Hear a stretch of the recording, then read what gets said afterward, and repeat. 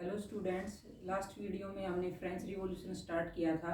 हमने पिछली वीडियो में देखा कि 1774 में लुइस 16 जब राजा बनता है तो उसको वहाँ की जो ट्रेजरी है वो बिल्कुल इम्पटी मिलती है, क्योंकि फ्रांस ने अमेरिका की जो 13 कॉलोनीज हैं उनको रिलीज कराने के लिए अमेरिका की हेल्प की थी। तो उसमें वॉर में काफ़ी उनका पैसा खर्च हो गया था और कुछ राजशाही खर्चों के कारण वहाँ की ट्रेजरी बिल्कुल खाली हो गई है, तो हो गई थी। फिर राजा ने क्या किया, उसके लिए टैक्स बढ़ा दिया था। टैक्स बढ़ाने के कारण क्या था कि वहाँ की जनता में काफ़ी आक्रोश फैल गया था और भी बहुत सारी ऐसी घटनाएं घट रही थी जिसके कारण फ्रेंच रेवोल्यूशन स्टार्ट हो गया।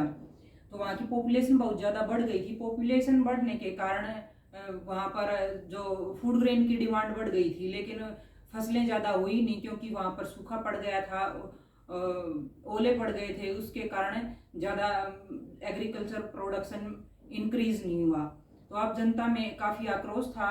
तो उसके बाद क्या हुआ, a growing middle class initiatives and and to privileges.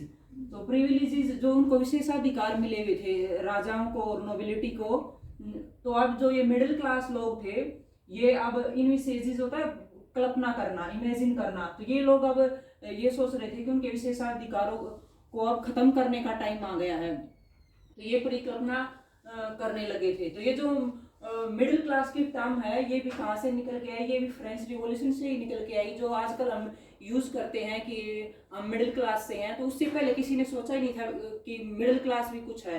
तो ये तो मिडिल क्लास के जो लोग थे, जो अब ये क्रांति करने के लिए आगे आए थे, ये लोग कौन थे? ये थर्ड स्टेट के वो लोग थे जो कुछ पढ़े लिखे लोग थे या जिन्होंने व्यापार के थ्रू पैसा कमाया था, यानी थर्ड स्टेट के रिच लोग थे जिन्होंने अब जो क्रांति है वो स्टार्ट कर दी थी। तो उसके बाद अब बहुत सारे नई नई विचारधाराएं पनपने लगी और बहुत सारे फिलोसफर निकल के आए। तो एक ऐसे फिलोसफर थे जॉन लॉक, उन्होंने अपने 2 ट्रेटाइजेस ऑफ गवर्नमेंट दिया। उसमें उन्होंने क्या बताया कि जो विशेषाधिकार जन्म के आधार पर मिलते हैं वो ठीक नहीं है, उनको खत्म कर दिया जाए। अभी जो राइट मिलेंगे वो लोगों को उनकी काबिलियत के हिसाब पर मिलने चाहिए। तो फिर उसके बाद रूसो ने उसकी बात को आगे बढ़ाते हुए अपनी एक बुक लिखी, सोशल कॉन्ट्रैक्ट। सोशल कॉन्ट्रैक्ट में रूसो ने बताया कि जो भी सरकार बनती है उसमें और वहाँ के जो लोग हैं उनमें एक कॉन्ट्रैक्ट होना चाहिए, उनके बीच में एक ऐसा संबंध होना चाहिए कि कुछ जो लोग हैं वो अपने रिप्रेजेंटेटिव चुने और वो रिप्रेजेंटेटिव उनके हिसाब से सरकार चलाएं। फिर उसके बाद मोंटेस्क्यू ने अपनी एक बुक दी, the spirit of the laws. Montesquieu ने अपनी जो बुक दी उसमें उन्होंने ये बताया कि जो भी पावर है वो किसी एक के हाथ में नहीं होनी चाहिए, यानी राजा के पास ही सारी पावर नहीं होनी चाहिए, उसको डिस्ट्रीब्यूट कर देना चाहिए। तो मोंटेस्क्यू ने पावर को 3 पार्ट्स में डिवाइड करने के लिए बताया। वो 3 पार्ट्स क्या थे? लेजिस्लेटिव, एग्जीक्यूटिव और जुडिशरी। तो ये 3 पार्ट, यानी आज भी हमारी जो सरकार चल रही है वो इसी बेस पे चल रही है, विधायिका, कार्यपालिका और न्यायपालिका। और जब अमेरिका ने अपनी 13 कॉलोनीज रिलीज करा के अपना जब कॉन्स्टिट्यूशन लिखा तो उन्होंने जो सरकार बनाई वो इसी बेस पे बनाई, जो कि मोंटेस्क्यू ने दिया था कि पावर को 3 तरह से डिवाइड करना चाहिए। तो उसी बेस पे आज हमारी सरकार भी उसी बेस पे चल रही है। तो ये विचारधारा किसने दी? मोंटेस्क्यू ने दी। फिर उसके बाद जब ये विचारधाराएं पनप रही थी तो बाकी जो फ्रांस है वहां पर और भी बहुत सारी घटनाएं घट रही थी जिसके कारण ये रिवॉल्यूशन स्टार्ट हुआ। तो अब क्या था? The outbreak of the revolution, यानी अब बिल्कुल आउटब्रेक हो गया रिवॉल्यूशन का, क्रांति बिल्कुल स्टार्ट हो गई। लोगों में बहुत आक्रोश था। इसके कारण एक तो टैक्स बढ़ने के कारण, क्योंकि टैक्स था वो किसको देना पड़ता था? 3 स्टेट के लोगों को, थर्ड स्टेट के लोगों को देना पड़ता था। और जो थर्ड स्टेट के लोग थे वो अब बिल्कुल आक्रोश में आ गए थे कि अब ये जो ऊपर से राजा ने अब फिर एक बार टैक्स बढ़ाने के लिए अनाउंस कर दिया था कि एक बार फिर राजा टैक्स बढ़ाएगा। तो उसके लिए राजा ने अब एक स्टेट जनरल की बैठक बुलाई तो जो ओल्ड डिजाइन थे उसके अकॉर्डिंग राजा अपने आप ये डिसाइड नहीं कर सकता था कि उसको कितना टैक्स बढ़ाना है और कब कब टैक्स बढ़ाना है, तो उसको इसके लिए एक स्टेट जनरल की मीटिंग बुलानी पड़ती थी। तो ये जो मीटिंग है वो लास्ट टाइम कब बुलाई गई थी, 1614 में बुलाई गई थी। उसके बाद अब दोबारा 5 मई 1789 को, यानी लगभग 175 साल के बाद, 175 ईयर्स के बाद अब ये दोबारा मीटिंग बुलाई गई थी। उससे पहले ये मीटिंग नहीं बुलाई गई। अब 5 मई 1789 को ये जो मीटिंग बुलाई गई, तो इसमें थर्ड स्टेट के तीनों स्टेट के जो लोग थे उन्होंने इसमें हिस्सा लिया। तो फर्स्ट स्टेट से कितने रिप्रेजेंटेटिव आए, 300, सेकंड स्टेट से भी 300, और जो थर्ड स्टेट था जो टैक्स पे करते थे उनके 600 रिप्रेजेंटेटिव आए। यानी जो लोग थे थर्ड स्टेट के, उसमें बहुत सारे लोग थे, मर्चेंट्स थे, लॉयर थे और व्यापारी लोग थे, औरतें थी, बच्चे थे, बहुत सारे थे। लेकिन उनमें से सिर्फ उनके जो चुने हुए प्रतिनिधि थे उन्होंने पार्टिसिपेट किया। वो कितने थे, 600 मेंबर थे। तो ये जो मीटिंग थी वो कहाँ हुई थी, ये वर्साई का एक पैलेस था, वहां पर ये मीटिंग बुलाई गई थी। मीटिंग से पहले उस पैलेस को काफी सजाया गया और वहां पर मीटिंग बुलाई गई। तो उस मीटिंग में जो ये फर्स्ट और सेकंड स्टेट के लोग थे इनको आमने सामने बैठा दिया गया, लेकिन जो थर्ड स्टेट के लोग थे उनको बैठने की परमिशन नहीं थी, वो लोग पीछे खड़े थे। यानी इससे ये दिखाया गया था कि जो थर्ड स्टेट के लोग थे वो टैक्स पे करते थे लेकिन उनको रिस्पेक्ट बिल्कुल नहीं मिलती थी, और जो सारा खर्चा है वो पूरे देश का वो उनके बेस पे ही चलता था, लेकिन उनको बिल्कुल इतनी भी रिस्पेक्ट नहीं दी जाती थी कि उनको मीटिंग में बैठने की अनुमति हो। और जो बच्चे थे और जो औरतें थे उनको तो मीटिंग में बिल्कुल प्रवेश ही नहीं करने दिया गया। तो जो औरतों और बच्चों ने, यानी जो पैसिव मेंबर थे जिन्होंने पार्टिसिपेट ही नहीं किया, उन्होंने 40,000 लेटर्स अपने लिख के दिए। किसको दिए, वो लेटर कौन लेके गए, ये जो 600 मेंबर्स थे ये वो उनके लेटर लेकर गए। यानी उनकी क्या क्या मांगे थी वो उन्होंने अपने इन लेटर्स में लिख रखी थी। तो वहां पर 1 वोट ईच स्टेट का राइट था, यानी एक स्टेट की एक वोट मानी जाएगी। तो फर्स्ट स्टेट से एक वोट हो गई और सेकंड स्टेट से एक वोट हो गई, यानी इन दोनों के मिलाकर 2 वोट हो गए, हर बार की तरह जैसे होता था। और जो थर्ड स्टेट था उसकी 1 वोट काउंट की जाती थी। तो अब मेजोरिटी किसकी हुई, 2 वोट की।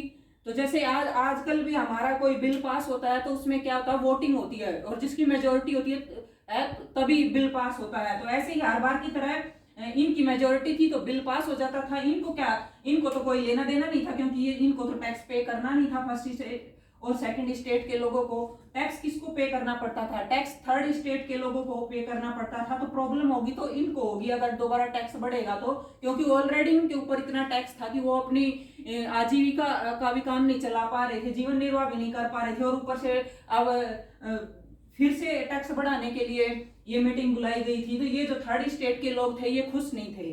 तो इन्होंने क्या मांग की, इन्होंने थर्ड स्टेट ने demanded each member would have 1 vote, यानी एक मेंबर की 1 वोट होनी चाहिए, ना कि एक स्टेट की 1 वोट। तो इन्होंने ये मांग क्यों रखी, क्योंकि टैक्स इनको पे करना था और इनके मेंबर ज्यादा थे। अगर इनकी एक मेंबर की 1 वोट होगी तो मेजोरिटी इनकी होगी और ये टैक्स इंक्रीज नहीं होने देंगे। लेकिन किंग डिनाइड, राजा ने मना कर दिया कि वो टैक्स ये 1 वोट और एक स्टेट की बात को नहीं मानेगा, क्योंकि राजा तो ये सोचता था हमेशा से हमारी बात चली आ रही है, थर्ड स्टेट के लोग कौन है, इनको तो ये दबे कुचले लोग समझते थे, जो भी नोबिलिटी थे, तो इनको वो कुछ महत्व ही नहीं देते थे। तो राजा ने सोचा कि क्या करेंगे ये लोग, कुछ नहीं कर सकते। तो इसलिए राजा ने मना कर दिया कि 1 वोट की बात इनकी, 1 वोट 1 मेंबर वाली बात इनकी नहीं मानी जाएगी। तो फिर ये थर्ड स्टेट के लोग हैं वो वॉक आउट कर जाते हैं, बाहर निकल जाते हैं कि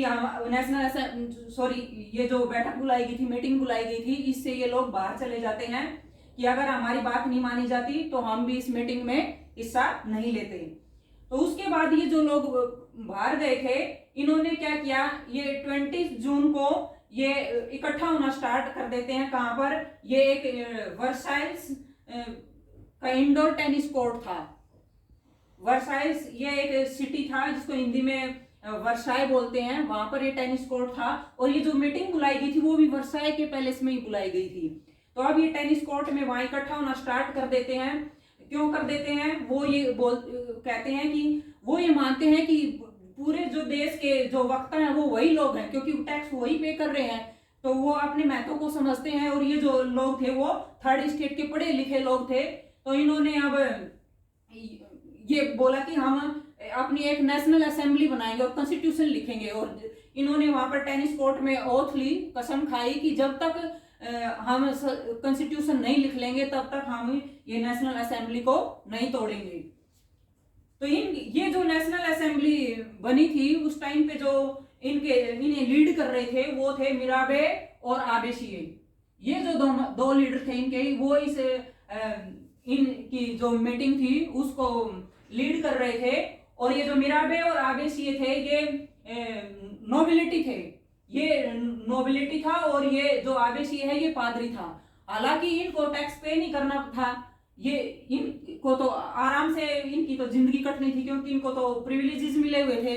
लेकिन जो सारे जो रिच लोग थे वो एक जैसे नहीं थे, यानी वो गरीबों को दबाने वाले लोग नहीं थे। कुछ लोग उनमें अच्छे लोग भी थे जो ये मानते थे कि जो ये बेचारे गरीब लोग हैं जो टैक्स पे कर रहे हैं उनके साथ अच्छा नहीं हो रहा, तो हमें उनके लिए कुछ ना कुछ करना चाहिए। यानी जो फ्यूडल प्रिविलेजेस थी, सामंतवाद जिसको हम बोलते हैं, तो ये लोग उसके खिलाफ थे, उसको गलत मानते थे मिराबे और आबेसिए।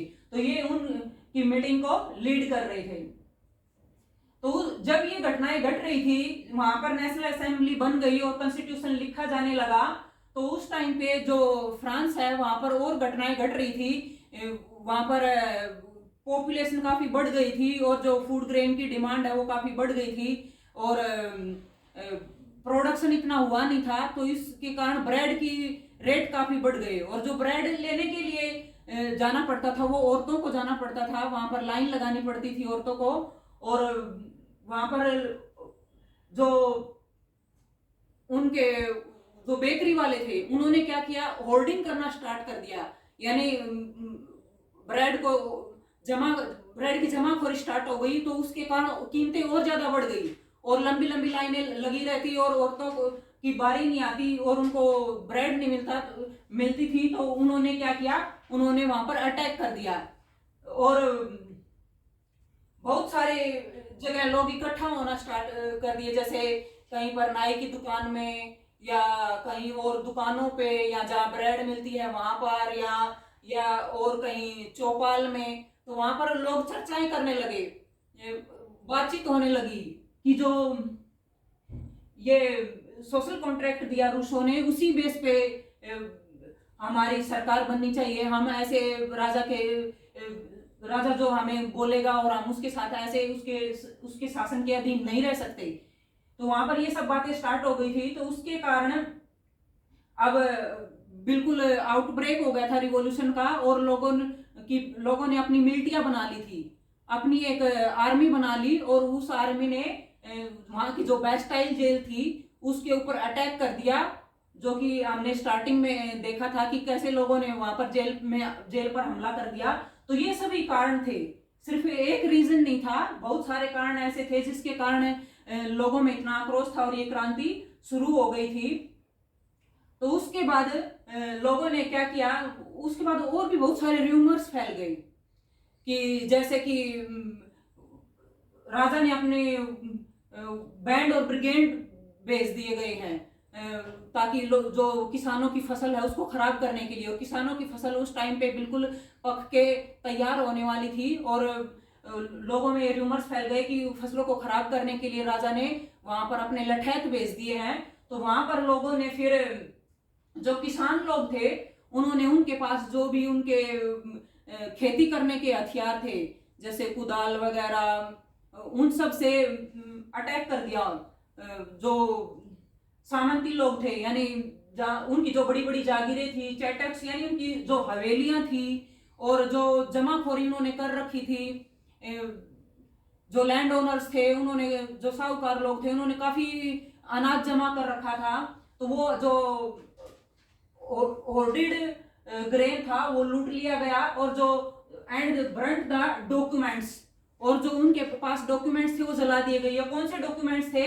ये वो डॉक्यूमेंट्स थे जिसमें उन्होंने लिखा पढ़ी कर रखी थी कि किसको कितना टैक्स देना है या किससे कितना टैक्स वसूल करना है, वो सभी इन डॉक्यूमेंट्स में लिखा हुआ था। तो ये डॉक्यूमेंट्स उन्होंने जला दिए कि डॉक्यूमेंट्स ही नहीं रहेंगे तो किसको कैसे पता चलेगा किससे ये वसूली करेंगे। तो ये सारी सिचुएशन ऐसी हो गई। तो उसके बाद जो क्लर्जी थे उनको जो प्रिविलेजेस मिले हुए थे राजा को वो वापस लेने पड़े, और जो टैक्स था वो भी बिल्कुल माफ कर दिया।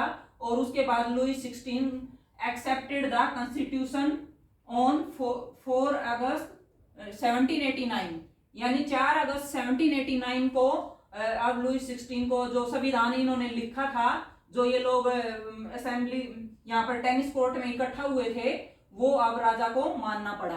पहले क्या था, राजा ने मना कर दिया था कि कोई संविधान वगैरह नहीं है, क्योंकि इसमें तो राजा की इंसल्ट थी। राजा ने सोचा कि पुराने टाइम से हमारे जो पूर्वज हैं वो ऐसे ही चला आ रहा है, और अब आने वाली पीढ़ियां क्या सोचेंगी कि हमारे राजा ये तो डरपोक था, इसने जो गरीब लोग हैं उनकी बातें मान के और संविधान को मान्यता दे दी। तो पहले इसने मना कर दिया था कि ये जो गरीब लोग हैं ये क्या कर लेंगे, लेकिन अब राजा ने देखा कि ये जो गरीब लोग हैं इन्होंने ऐसी सिचुएशन पैदा कर दी है कि अब या तो उसके राजा के ऊपर ही अटैक हुआ या उसकी बात मान ली जाए, क्योंकि इन्होंने जितने भी ये नोबिलिटी थे उनके घरों पे आक्रमण करना स्टार्ट कर दिया था। तो अब राजा ने डर के मारे 4 अगस्त 1789 को एक्सेप्ट कर लिया, और clergy also give up their privileges and tithes were abolished, यानी वहां पर जो टैक्स लगा हुआ था टीथे वो भी अब लोगों को नहीं देना था। तो ये इन सब के कारण जो 2 मिलियन लिवरे की जो करेंसी थी अब वो सरकार के पास आ गई थी। तो अब सरकार का यानी खजाने में कुछ जो पैसा था वो बढ़ गया था। तो ये यहाँ तक हमने देखा कि फ्रांस में क्या क्या घटनाएं घट रही थी। आई होप आपको यहाँ तक सब समझ आया होगा, और इससे आगे हम नेक्स्ट वीडियो में करेंगे। और अगर मेरी वीडियो किसी को पसंद आए तो लाइक करना और मेरे चैनल को सब्सक्राइब करना मत भूलना। Thank you.